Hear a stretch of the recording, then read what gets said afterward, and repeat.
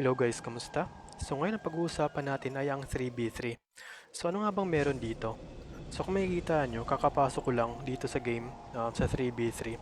So ang gagawin dito parang brawl lang sa Mobile Legend. So sa nakikita nyo, papunta kami dun sa gate ng kalaban, dun sa kabila. Kasi yun ang kailangan yung gawin muna, yung basagin yung gate. Yung iba naman ang ginagawa, sinasalubog yung kalaban na ipag PvP agad. So pwede naman yun. So pero dito sa amin, ang ginagawa namin, sinisira muna namin yung gate ng kalaban. Tapos babalik kami sa gitna para dun sa dragon. So yung dragon naman, may timer kasi yun. So 1 minute yata yung time dun. So ayan, so makikita nyo, bumabalik na kami. So kung may makikita kayong mga yung mga pula, yung mga yan, mga buff yan, pampataas ng damage, pati na rin yung yung sa defense. So dito nga, yan ay pag PvP na ako. Kasi yun nga, agawan nga ng yan. Yan dito na nakuha nila yung dragon. So yan. So ang gagawin lang dito, ako kasi ang ginagawa ko, pinapatay ko muna yung dragon. Bahala sila kung tinitira nila ako. Basta nga ako, mapatay ko lang yung dragon. So applicable lang to sa mga yung match talaga yung power, yung magkapareho kayo, hindi nagkakalayo yung agwat nito sa power. Kasi minsan kasi, itong 3v3, minsan binibigyan kayo ng yung malalakas na kalaban, yung malayo talaga yung agwat. Pag ganun talaga, wala na talaga kayong dun, pag-aasa dun, pag yung kalaban nyo malalakas talaga. Pero dito naman, sa game namin, hindi naman nagkakalayo yung power namin. So dito, kung makikita nyo, ang ginagawa ko muna, pagkatapos kong mapatay yung dragon, naghahanap ako ng mga yung pang buff. So gaya ng sabi ko, parang brawl lang siya, pero parang parang dinagdagan lang ng lord yung pinag-aagawan ninyo. So ngayon, sinusubukan nilang basagin yung gate. So ang ginagawa ko naman, pinipigilan ko yung mga kalaban. So tinitira ko sila. So dito rin, kailangan mo rin tandaan yung timer ng dragon.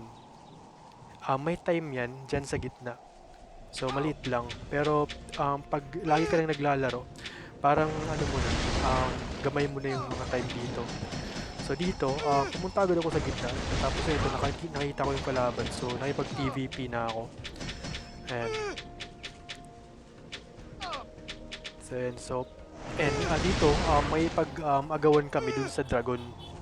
Ayan. Kasi malapit nang lumabas yun. So, kaya nang sabi ko, pareho lang naman, kung makikita nyo, match lang talaga yung power namin. Kasi minsan kasi, yung iba nagre-reklamo talaga pagdating dito. Kasi yung kalaban, ang taas ng agwat. So, kung makikita nyo sa post sa Facebook, nagre-reklamo sila kasi nga, ang tataas na ng power ng kalaban nila. So, ganun yun. Pero dito kasi, kaysa sa Havok na ako, sa Havok kasi ako, MU Havok. So, ayan, kung makikita nyo, nakuha namin yung dragon. So, ang gagawin naman namin, susundan namin yung dragon, babasagin namin yung gate kasi hindi namin nabasag kanina. Ang gagawin naman ng kalaban dito, pipigilan nila kami o kaya titirahin nila yung dragon. So, since nabasag na namin yung ang gate ng kalaban, diretso na kami dun sa loob. So, dun naman sa loob, parang lang din, gaya ng sabi ko, brawl lang ng ML. So, may mga turret dito sa gilid. So, ang gagawin ninyo, babasagin niyo muna yung turret dito sa gilid. Kasi yun ang tumitira sa inyo para mapatay kayo. Pag nabasag din yung turret sa gilid, pwede na kayong bumasag dun sa gitna, itong kulay pula. So ayan, so binabasag namin, may kalaban kasi, so pinipigilan nila kami. So, kaya nang sabi ko, pag nasa loob kayo, unang-unang babasagin ninyo yung mga turret, hindi yung nasa gitna.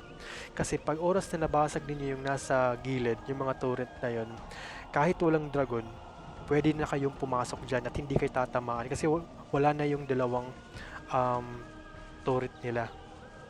So ayan, so ang gagawin namin dito, since nabasag na namin yung dalawang yung tower nila, so pwede na kaming dumiretso dun sa base ng kalaban. So ang ginagawa ko na lang, kinukuha ko yung mga buff dito, tapos diretso na agad dun sa base ng kalaban.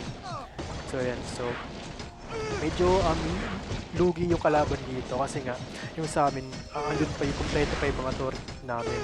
Sa kanila halos wala na. So, ayan. So ang iba kasi ang ginagawa, tinitira agad nila yung nasa gitna. Hindi nila binabasag yung nasa gilid, yung dalawa. So may dalawa dyan kanina pero nabasag na namin. So unang-una yung unang-una yung binabasag yung turret na yan para pwede na kayong pumasok pagka nawala na yun. So yan, konti na lang, mababasag na namin yung tower ng kalaban. So yan, so konti na lang talaga.